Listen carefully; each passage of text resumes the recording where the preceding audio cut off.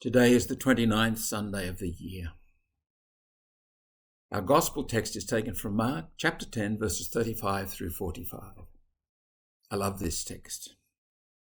If anybody thought that somehow or other those years with Jesus were golden years for the church, they ought to reflect on this text. James and John are caught out trying to work a swifty. Normally in Mark's gospel, Peter is mentioned with James and John. And so we have the transfiguration scene. It is Peter, James and John who are on that mountain with Jesus, and it is Peter who conducts the dialogue with Jesus on behalf of the other two. So Peter is the leader. He's always there, except on this occasion.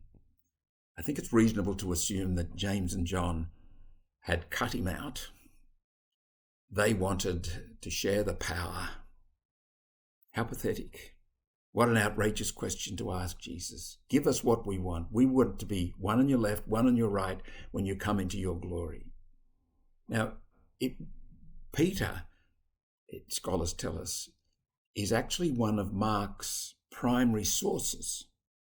Peter had every reason to remember this moment, and he would have told Mark.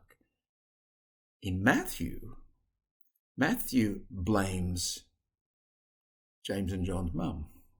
So he takes James and John out of the picture, as it were, certainly the accountability. And clearly it was an issue for the early disciples. Who was the greatest? They did not understand, and this is a constant theme, I think, throughout the Gospels, but particularly in Mark, the lack of comprehension as to what is this good news? What is this kingdom? What will it mean to be a disciple of this man, Jesus, who is the epitome of servanthood? And Jesus takes the opportunity on two occasions. One is in this gospel when Mark tells the story of James and John's outrageous question, and another is earlier. They both complement each other. Jesus teaches that to be a servant is at the very heart of being a disciple. Being a servant will manifest the fact that the kingdom has taken hold in your heart and your mind. So when the outrageous question is asked, Jesus says, look, if you really want to be great, you must be the servant of all. Now, it's not a statement that says, look, I'll show you how you can be great. Here's a strategy. Here's how you can manipulate the system and get to the top. That's the farthest thing from what the kingdom is about.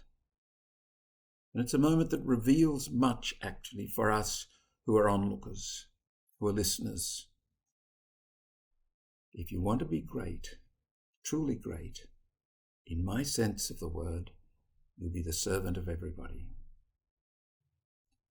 Now, in fact, Jesus dismantles the disciples' attitudes and expectations and notion of the kingdom. And he reminds them of just how far they are from the kingdom. It really is a salutary moment for all of us to meditate on. Here they are. They have the very presence of Jesus to teach them, to help them to see what the kingdom is about. They can't see it. Why? It's worth reflecting on. Don't ask the question why as if there is an answer. Ask the question as a questing, as a standing before the mystery of humanity and the mystery of the kingdom and the mystery of the work of God in Christ. And it continues with you and me today.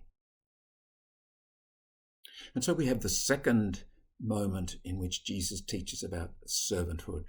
It actually occurs before today's gospel in chapter 9 of Mark. It's a moment when they've been walking along the road and Jesus is aware that they're arguing. He asks them why, what's this all about? I have a suspicion that Jesus knew, but he wanted it on the table. He wanted to bring it out in the open so it could be a teaching moment. Not that it worked very effectively when you consider that James and John soon after are trying to do the Swifty. However, back to the earlier moment. Jesus says, what were you arguing about on the way? And Mark says, very significantly, they were silent. He didn't answer Jesus because they were caught out. They knew that they were arguing about something that was inappropriate. They were arguing about who is the greatest, who will be the greatest in the kingdom. Servanthood. At the end of that second one in chapter 9, second moment of teaching on servanthood, Jesus does something beautiful and extraordinary. He takes a child and he says, you must become like a child. And he hugs the child.